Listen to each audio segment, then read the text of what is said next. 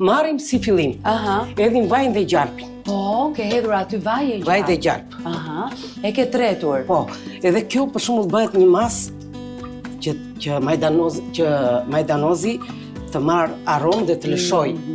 Në fillim edhim vaj, gjarp, majdanozin e grirë dhe të qëruar. Do një sasi të mirë majdanozi. Po e shoh. Në fillim. Pastaj marrim avash, edhim mielin, tani edhim lëngun e mishit. Ky është i kulluar, edhe lëm që të vlojë, të zjej sa të trashet, që të dalë një shqeto e mirë, duhen që të dyja masat të jenë të ngrohta për shembull. Edhe mielli të jetë i ngrohtë, edhe lëngu të jetë i ngrohtë. Po mirë, ka disa që e arrin këtë lloj konsistence edhe me pak miseshte.